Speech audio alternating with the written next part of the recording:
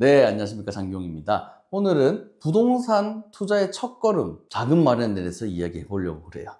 사람들이 부동산 투자를 가장 두려워하는 이유가 뭐냐면은 전부 강남만 이야기하고 서울만 이야기하니까 야, 그러면 뭐 이건 나랑 상관없는 투자 영역인 것 같다. 주식은 그래도 10,000원짜리도 있고 1,000원짜리도 있고 한데 부동산은 막 이러게 버리니까 되게 그 벽을 느끼거든요. 근데 이것들도 미리미리 차근차근 준비하면은 충분히 자금을 마련할 수 있는 길이 있다는 겁니다. 근데 물론 여러분들이 지금 이미 나이가 많으시고 직장도 이미 고정돼 있고 하면은 대출 이런 것들을 알아보셔야 되겠지만은 내가 그러면은 내 아이한테는 또 어떻게 할까? 그리고 내가 지금 이제 20대, 30대 청년, 30대, 40대 정도 청년들이라면은 부모님한테 좀 도움을 받고 싶은데 요새 또 부모님 도움 안 받는데 사람들이 없잖아요. 그죠? 뭐 저는 안 받았지만 그런 부분들에 대해서 조금 말씀을 드려보려고 그래요. 그래서 증여와 대여를 활용한 꿀팁을 한번 알려드리려고 합니다. 물론 부동산 자금 마련할 때 가장 기본이 되는 거는 소득이에요. 소득. 월급 착실히 모으시면 됩니다. 덜 쓰고 열심히 모으면 되는데 그건 당연한 이야기니까 좀 빼고요. 자, 그럼 왜 자금 마련이 중요한가? 돈이 없으면 투자를 할 수가 없죠. 그리고 부동산 투자는 규모가 어느 정도 있는 거기 때문에 그 시드 머니라고 할 수 있는 기본적인 투자를 할 수 있는 금액을 마련하는 게 되게 중요합니다. 그리고 투자는 타이밍이 또 중요하죠. 지금 집값 막 이렇게 움직여 하는데 나는 1억 모으고 나서 투자해야 되겠다. 2억, 10억 모으고 나서 투자해야겠다. 그럼 그 동안 부동산 가격이 기다려주나요? 안 기다려주죠. 화폐 가치가 떨어지고 부동산 또 희소성 높아지고 하니까 그 사이에 집값은 계속 오르죠. 그래서 사람들이 부동산 투자를 못 하시는 분들을 보면, 안 하시는 분들을 보면은 얼마 모이면 해야지 하고 모아놓고 또 돌아보면 부동산 가격이 올라가 있고 그래서 못 하시는 분들이 많습니다. 그리고 저축만으로는 또 한계를 느끼는 분들이 많죠. 그래서 코인 뭐 아니면은 작전주, 주식 중에서도 약간 막 동전주 이런 것들에 매몰되는 이유가 어떻게든 내가 결국에 궁극적으로는 안정된 자산을 하고 싶은데 그게 안 되니까 좀 그런 투기성 자산으로 몰리는 것 같아요. 그러다 보니까 부동산 투자도 계속 투기성으로 비춰지는 부분이 있는데 코인 투자보다는 부동산은 현물이 있는 투자잖아요. 그래서 그런 부분이 있는 것 같습니다. 일단 제가 월급을 얼마나 잘 받아야 될지 이런 것들은 알려줄 수가 없는 부분이니까 여러분들이 미성년 자녀 그리고 성인 자녀 내가 만약에 지금 성인 자녀일 수도 있잖아요. 그죠? 우리 부모님한테 받을 때 어떤 식으로 해야지 세금을 아낄 수 있는지를 좀 알려드리려고 그래요. 미성년 자녀는 10년마다 2천만 원씩 증여했을 때 증여세를 내지 않아도 됩니다. 태어날 때 2천만 원 증여한다. 그리고 10살에 2천만 원 또 증여할 수 있죠. 여러분 2천만 원 정도는 10년 동안 열심히 저축하면 모을 수 있잖아요. 그죠?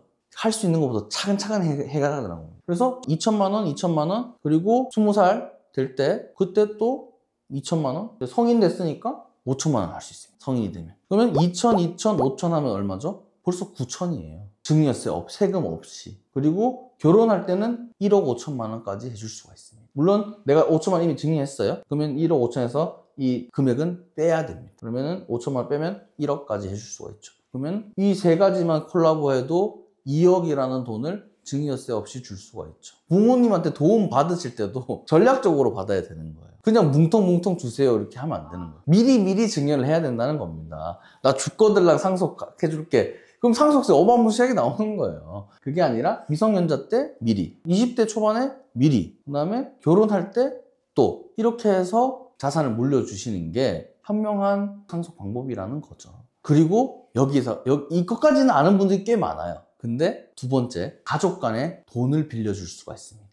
어떻게? 무이자로 빌려줄 수가 있어요. 상속세랑 증여세 관련된 법이 있겠죠. 거기에 그 법정 이율이라는 게 있어요. 연 4.6%를 적용하고 있습니다. 그리고 두 번째 조건, 이자 총액이 연 1,000만 원 미만이면은 증여로 보지 않습니다. 이 두 가지를 결합을 하면요. 연 4.6%로 계산했을 때 이자가 연 1,000만 원 이하로 나오는 금액의 경우에는 사용증만 쓰면은 무이자로 빌려줘도 불법이 아니다. 그리고 증여세도 낼 필요가 없다라는 거. 그렇게 딱 계산하면은 2억 1,739만 1,304원이 나와요.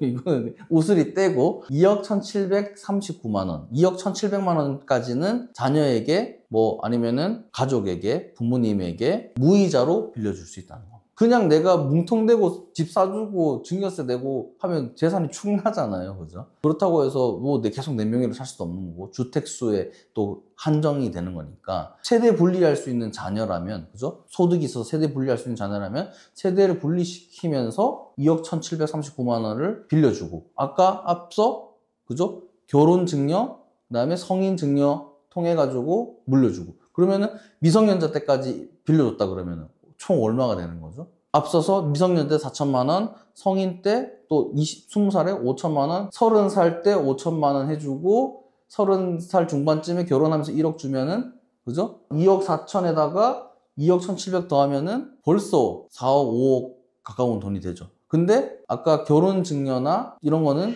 양가 부모님한테도 받을 수 있죠. 그럼 벌써 10억이죠. 곱하기 2 하면 아내와 남편이 각각 그렇게 증여받을 수 있다. 그렇게 해서 이미 시드가 5억인 거예요. 거기서 대출을 일으키면은 다 이제 신기한 현상이 딱 벌어집니다. 강남 집값이 나오죠. 강남 집값이 왜 그렇게 높아질까요? 그렇게 증여할 수 있고 그렇게 대여할 수 있는 사람들이 그렇게 자금을 합법적으로 주기 때문에 강남, 마포, 용산, 언저리들이 다 집값이 그렇게 마련될 수 있는 겁니다. 은행에서도 얘가 자금 출처가 확실해야지 대출을 해줄 거잖아요. 그죠? 이걸 아는 사람과 모르는 사람은 천지 차이죠. 물론 이걸 꽉 채울 수도 있겠지만 여러분들 2억 없으면은 그 안에서 할 수 있는 거예요. 그러니까 그래서 1,000만 원 무이자로 빌려주면 되는 겁니다. 근데 그냥 내가 5천만 원, 1,000만 원 줬다가 나중에 잘못해서 세금을 두드려 맞을 수가 있죠. 이런 것들을 잘 활용할 필요가 있다는 겁니다. 특히 대여를 할 때는 유의사항이 있어요. 가족 간에 빌려주는 거니까 나 그냥 빌려줬어 이렇게 하면 안 됩니다. 그거 나중에 문제 생길 수 있거든요. 그래서 증여세를 안 물리려면은 차용증을 써야 합니다. 계약서를 써야 된다는 거예요. 내가 내 자식, 내 부모님한테 돈을 빌려드리는 거다. 무이자로 한다. 그렇게 할 필요가 있습니다. 그리고 현금을 주지 마시고 계좌 이체를 해서 실제로 이 계약서에 따라서 몇 월 며칠에 이 차용증을 썼고 내 명의 통장에서 내 자식 명의, 내 부모 명의로 자금을 빌려줬다라는 거를 기록을 남길 필요가 있습니다. 그리고 아까 증여세 면제 받으시려면은 국세청에서 운영하는 홈택스에 들어가서 증여세 신고를 하시면 됩니다. 그래서 통장에 2천만 원 먼저 이체를 하고요. 5천만 원 이체를 하고요. 그다음에 홈택스 가서 증여했다라고 하면은 깔끔하게 세금 문제가 해결되는 겁니다. 그런 유의사항들만 잘 지키면은 지금 아까 미성년자 자녀, 성인 자녀, 결혼, 그다음에 무이자 대여까지 세금 한 푼도 안 들어갔죠. 이런 것들을 활용을 해서 하면은 일단 장점이 재산을 물려줄 때 세금을 아낄 수 있고요. 두 번째, 내가 투자를 할 때 부모님 명의 이용하셔도 되는 거예요. 그렇게 하면은 내 주택 하나, 부모님 주택 하나 하면 어떻게 되죠? 양도세 없죠. 그렇게 절세를 할 수 있다는 거. 비교를 한번 해볼까요? 증여 같은 경우에는 일정 한도 내에서 비과세. 아까 제가 한도를 말씀드렸죠. 그거 넘어가면은 이제 증여세가 나오는 겁니다. 증여세 만만치 않아요. 그리고 증여 신고가 필요합니다. 증여 신고를 안 하시면은 증여세 말고도 또 추가로 또 돈을 더 내야 되는 상황이 발생할 수 있고. 그리고 가족 간 차입은 무이자 한도 내에서는 비과세다. 그 무이자 기준이 얼마다? 2억 1,739만 원이다. 그리고 계약서를 반드시 써야 되고요. 이체 내역을 기록을 남겨서 증빙을 할 필요가 있겠다. 일단 가족 간의 차입 같은 경우에는 단기에 자금 조달할 때 유용하겠죠. 그죠? 뭐 증여 같은 경우는 장기적으로 내가 재산을 물려주고 가족 간에 그렇게 재산을 이동시키는데 활용을 하면 좋습니다. 그리고 결혼할 때 특히 또 활용도가 높다라는 거.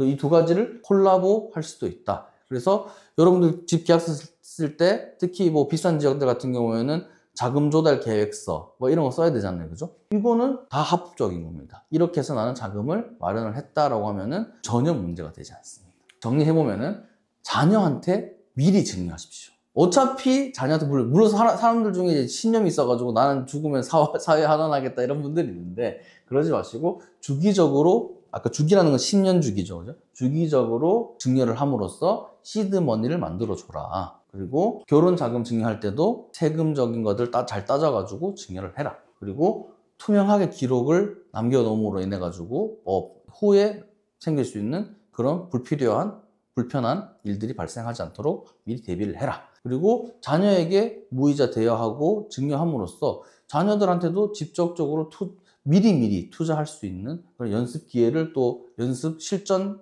기회를 제공할 수가 있죠. 그럼 여러분들이 20대, 30대, 40대 뭐 늦은 분들은 60, 70대 때 부동산 투자를 시작하는 것과 20대 초반에 시작하는 거는 경험치와 그죠?